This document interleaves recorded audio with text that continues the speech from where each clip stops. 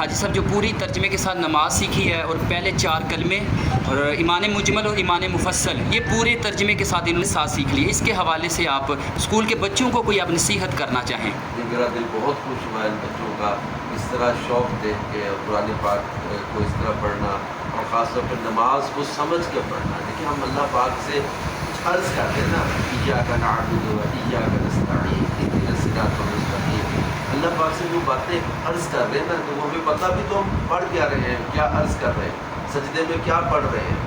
تحیات میں کیا پڑھ رہے ہیں۔ تو یہ چیزیں جب نماز کا ترجمہ بھی پتہ ہو اور پھر سمجھ کے پڑھ رہا ہو تو اس کا لطف بھی بڑھ جاتا ہے اور خشوع خضوع بڑھتا ہے۔ اور قرآن پاک میں اللہ پاک نے ایسے ایمان والوں کو کامیاب قرار دیا ہے، قد افلح المؤمنون الذین هم فی صلاتهم خاشعون، جو اپنی نمازوں میں گڑ گڑاتے ہیں، خشوع خضوع سے نماز ادا کرتے ہیں۔ تو یہ نماز میں خشوع خضوع لانے کا ایک ذریعہ جو پڑھ رہے ہیں اس کا پتہ بھی ہو، تو یہ مجھے بہت خوشی ہوئی۔ اتنی چھوٹی سی عمر میں انہوں نے ماشاءاللہ نماز ترجمے کے ساتھ سمجھ کے یاد کر لی ہے اور جو پڑھ رہے ہیں اس کا پتہ بھی ہے کہ ہم کیا اللہ پاک سے عرض کر رہے ہیں۔ کہ بچوں کو بہت اس کی طرف توجہ دلانی چاہیے، ان کو شوق دلانا چاہیے، نماز بھی پڑھے اور سمجھ کے پڑھے، اور اس سے خشوع خضوع بھی سے ان کے دل میں پیدا ہوگا تو اللہ نے چاہا تو آگے ان کی زندگی میں اس کی بہت برکتیں و بہاریں نظر آئیں گی۔ سبحان اللہ، جزاک اللہ خیر۔